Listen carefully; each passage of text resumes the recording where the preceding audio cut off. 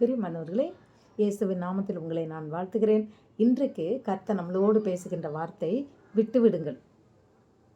நம்ம எதை விட்டுறணும்? ஒரு ஊரில் தீப்பிடிச்சு எரியுதான் வீடு. அந்த ஊரே தீப்பிடிச்சு எரியுதான். அப்போது என்ன சொல்கிறாங்களாம், அங்கேருந்து அனௌன்ஸ்மெண்ட் என்ன வருதுன்னா, நீங்கள் எல்லாத்தையும் விட்டுருங்க, எதையும் எடுத்துகிட்டு வராதிங்க, ஏன்னா இப்போ டைம் கிடையாது, தீ வேகமாக பரவிக்கிட்டு வருது. நீங்கள் உங்கள் வீட்டில் இருந்து எவ்வளவு சீக்கிரமாக நீங்கள் வெளியே வந்து நீங்கள் தப்பிக்க முடியுமோ அவ்வளோ சீக்கிரமாக தப்பிங்க. ஏன்னா மாடி வந்து நல்ல பெரிய மாடியில் இருக்கிறவங்க, அந்த பக்கம் இருக்கிறவங்க எல்லாம் சீக்கிரமாக இறங்கி வரணும். அதனால் எல்லோரும் சீக்கிரம் வாங்கணுன்னே அவங்களோட எல்லா சாமானையும் விட்டுட்டு உயிர் மட்டும் பிழைச்சா போதும்னு எல்லாத்தையும் விட்டுட்டு வந்தாங்களாம். அப்படி வரும்போது அவங்க வந்து உயிர் பிழைச்சாங்க.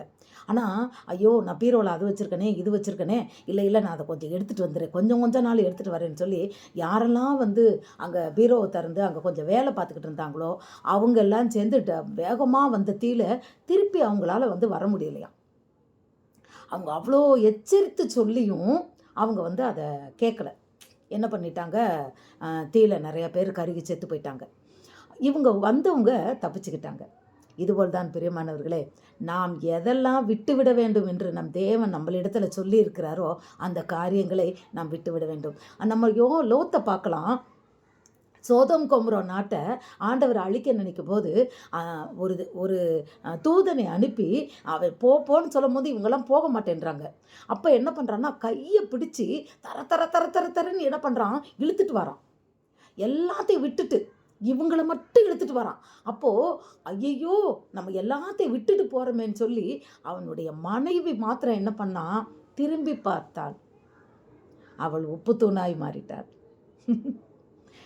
பிரியமானவர்களே, நாமும் நம்முடைய வாழ்க்கையில் எதெல்லாம் விட்டுட்டோமோ அதை திருப்பி பார்த்தால் நமக்கு நித்திய ஜீவன் கிடையாது.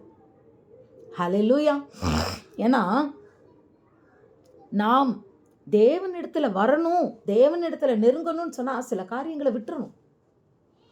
அது விக்கிரக ஆராதனையாக இருக்கலாம், இல்லை சில கெட்ட பழக்கங்களாக இருக்கலாம், கர்த்தருக்கு பிரியமில்லாத காரியங்களாக இருக்கலாம், நம்மளுடைய சுபாவங்களாக இருக்கலாம்.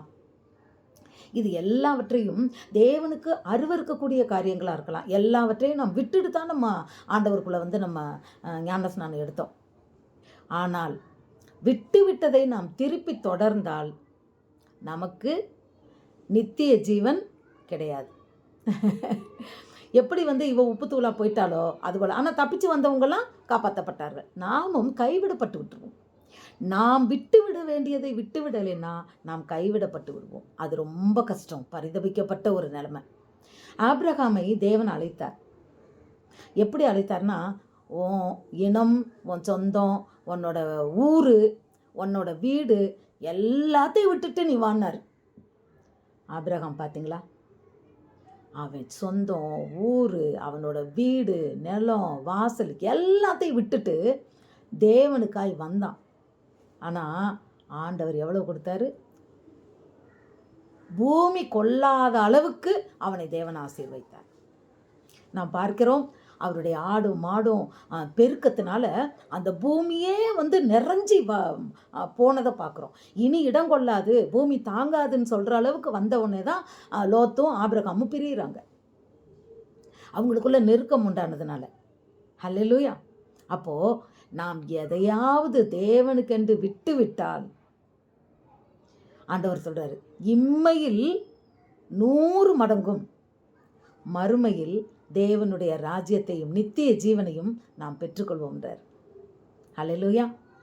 ஆண்டவர் சொல்கிறாரு, ஒருவன் எனக்காய் ஒருத்தன் வந்து தன் மனைவியாவது, வீடையாவது, வாசலையாவது, தன்னுடைய நிலத்தையாவது விட்டு விட்டால் அவன் இம்மையில் 100 மடங்கும் பரலோகத்தில் எனக்குரிய அந்த இடத்தையும் கொடுத்து உங்களை நான் ஆசீர்வதிப்பேன், நித்திய ராஜ்யத்தை சுதந்திரித்து கொள்ளலாம்னு சொல்கிறார். இம்மைக்குரிய ஆசீர்வாதமும் மறுமைக்குரிய ஆசீர்வாதத்தையும் கர்த்தர் தர்றேன்னு சொன்னார். ஹல்லேலூயா.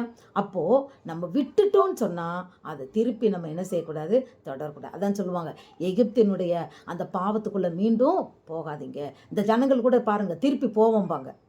அப்போ ஆண்டவர் எச்சரிப்பார், நீ திருப்பி எகிப்துக்கு போனேன்னா நீ வந்து உன்னோட பகைவர்களால் நீ அழிவை சந்திப்பான்னு பாரு. ஆனால் அந்த ஜனங்கள் கேட்காம போய் அழிவை சந்திப்பாங்க. ஆம் பிரியமானவர்களே, இன்றைக்கு நம் வாழ்க்கையில் நாம் எதை விட்டோம்? நீங்கள் நினச்சி பாருங்களேன். இயேசுவின் அன்புக்காய் நம்ம எதை விட்டோம்? உங்களுக்கு தான் தெரியும். ஒவ்வொருத்தரும் நம் வாழ்க்கையில் ஏதாவது ஒன்று விட்டுருப்போம். கட்டாயம். குடியில் இருக்கிறவங்க குடியை விட்டுருப்பாங்க இல்லையா? நிச்சயமாக குடியை விட்டுருப்பாங்க. ரொம்ப காலம் குடிக்காமல் இருந்திருப்பாங்க. ஆனால் ஒரு 5-6 வருஷம் கழித்து ஏதோ ஒரு சின்ன சூழ்நிலை வருது. அதாவது எதிரான சில காரியங்கள் நடக்குதுன்னொடனே, ஆமாம் இவ்வளோ நாள் நான் ஆண்டவரை தேடினேன், பரிசுத்தமாக வாழ்ந்தேன். அவங்க சொல்கிறது என்ன தெரியுமா? நான் பரிசுத்தம் இல்லாமல் வாழும் போது கூட நான் நல்லா இருந்தேன், ஆனால் நான் இப்போ நான் ரொம்ப கஷ்டப்படுறேன். நான் பரிசுத்தமாக வாழ என்னை ஒப்பு கொடுத்தவொடனே நான் கஷ்டப்படுறேன். இப்படி கர்த்தருடைய ஆவியினால் நிறைஞ்சவங்க சொல்ல மாட்டாங்க. அவங்க கட்டாயம் சொல்ல மாட்டாங்க. வேறு ஆவி உள்ளவங்க இப்படி தான் சொல்லுவாங்க. ஆனால் விட்டு விட்டதை நாம் தொடரக்கூடாது. வேண்டாம், இது எனக்கு வேண்டாம், கர்த்தருக்கு அருவருப்பு. எதை நாம் விட்டோம், என்ன பழக்கத்தை விட்டு விட்டோமோ அவை எல்லாவற்றையும், கெட்ட நண்பர்களோடு சேர்றது. சிலர் விபச்சாரத்தில் இருந்திருப்பாங்க, ஆண்டவரை ஏற்றுக்கொள்ளும் போது அதை விட்டுருவாங்க. இந்த பழக்கத்திலிருந்து நான் விடுதலை. ஒரு விடுதலை. நீங்கள் ஒன்றை விட்டுட்டிங்கன்னா அதிலேருந்து நீங்கள் விடுதலை பெறீங்கன்னு அர்த்தம். மீண்டுமாய் அந்த அடிமைத்தனத்துக்கு நீங்கள் போகக்கூடாது. ஏன்னா நம்மலாம் யாருன்னா ராஜாதி ராஜாவோட பிள்ளைங்கள். நம்ம அடிமையாக இருக்கலாமா? நம்மளாம் யார்? சுதந்திரவாளி. கர்த்தர் உங்களையும் என்னையும் அவருடைய சொந்த இரத்தத்தினால் நம்மை, அவர் ஜீவனை கொடுத்து நம்மை மீட்டு கொண்டார். நாம் அவருக்கு பிள்ளைகளாக இருக்கிறோம். நம்மெல்லாம் அவருடைய சுதந்திரவாளிகள். அப்படி இருக்கும்போது நமக்கு அந்த அடிமைத்தனம் தேவையா? இல்லை. கோபப்படுவோம்னு நினச்சிருப்போம். கோபத்திலிருந்து நம்ம விடுதலை ஆகிருப்போம். ஆனால் மீண்டும் கோபப்பட்டால் பழைய அடிமைத்தனத்துக்கு திரும்பினா நல்லா இருக்கா? தேவனுக்கு அது பிடிக்குமா? பிடிக்காதுல்ல. இதை சாத்தான் தான் செய்வான். நம்மளை தூண்டுவான். நீ இப்படி பண்ணு, என்ன போயிட்ட, என்ன செஞ்சிட்ட. சிலர் ஆண்டவர்கிட்ட வந்திருப்பாங்க, கொஞ்ச நாள் கழித்து ஏதோ ஒரு ரீசன் திருப்பி அவங்க பழைய இதுக்கு போயிடுவாங்க. இதை விட்டுட்டு எதை விட்டுட்டு வந்தாங்களோ திரும்பி அதுக்கு போயிடுவாங்க. ஆனால் அவர்களுடைய முன்னிலைமையை காட்டிலும் பின்னிலைமை எப்படி இருக்குன்னா மகா கேடுள்ளதாக இருக்கும். அது அவங்களுக்கு தெரியலை. ஹல்லேலூயா.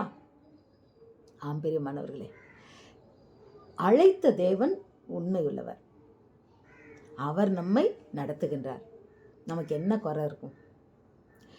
வாழ்க்கை அப்படின்னாலே அது இருளும் ஒளியும் ஏன் ஆண்டவர் வச்சிருக்கிறாரு? 12 மணி நேரம், ராத்திரி 12 மணி நேரம் இருட்டு, பகல் 12 மணி நேரம் வெளிச்சம். ஏன் அதை வச்சாரு? நம் வாழ்க்கையிலும் கஷ்டங்களும் துன்பங்களும் நஷ்டங்களும் வரும். இருளும் வெளிச்சத்தையும் போல சந்தோஷமும் இருக்கும், துக்கமும் இருக்கும். அதுதான் அதற்கு அடையாளமாக தான் அந்த இருளும் வெளிச்சமும் நம் வாழ்க்கையில் இருக்குது. இருள் அப்படி என்பது ஒரு இருளினுடைய அது இதுன்னு சொன்னால் அது ஒரு கஷ்டம். வெளிச்சம்ன்றது சந்தோஷம். நாம் வெளிச்சத்தின் பிள்ளைகளாக இருக்கிறோம்னு இயேசு கிறிஸ்து சொல்கிறார். நீங்கள் வெளிச்சத்தின் பிள்ளைகளாக இருக்கிறீர்கள். இருள் உங்களை மேற்கொள்ளாது, பாவம் நம்மளை மேற்கொள்ளாது. இருள் என்பது பாவம். ஏன்னா திருடன் ராத்திரி இருட்டுக்குள்ளே தான் திருட வருவான். இருள் என்பது ஒரு தப்பு பண்ணுறவன் உள்ளுக்குள்ளே போய் மறைஞ்சு தான் பண்ணுவான், ஓப்பனாக பண்ண மாட்டான். அந்த மறைந்து கொண்டு ரகசியமாய் அது செய்கிறதெல்லாம் இருள். நம்ம ஒரு பழக்கத்தை விட்டுட்டோம் அப்படின்னா மீண்டுமாய் அந்த பழக்கத்துக்குள்ளே நம்ம போக வேண்டாம். அந்த பழக்கத்திலிருந்து நாம் என்ன செய்யணும்னா அதை அப்படியே நம்மளுடைய அந்த பரிசுத்தத்தை நாம் காத்துக்கொள்ள வேண்டும். எதுவாக இருந்தாலும் இன்றைக்கு நீங்கள் எதை விட்டுட்டு வந்தீங்களோ அதை நீங்கள் என்ன செய்யணும்? திருப்பி போகாத படிக்கு நீங்கள் தேவனிடத்தில் உங்கள் பரிசுத்தத்தை நாம் காத்துக்கொண்டு தேவனுக்கு பிரியமான பிள்ளைகளாய் வாழும்படியாக இன்றைக்கி கர்த்தர் விரும்புகிறார். அதற்கு நம்ம ஒப்பு கொடுப்போமா? ஸ்தோத்திரம். God bless you.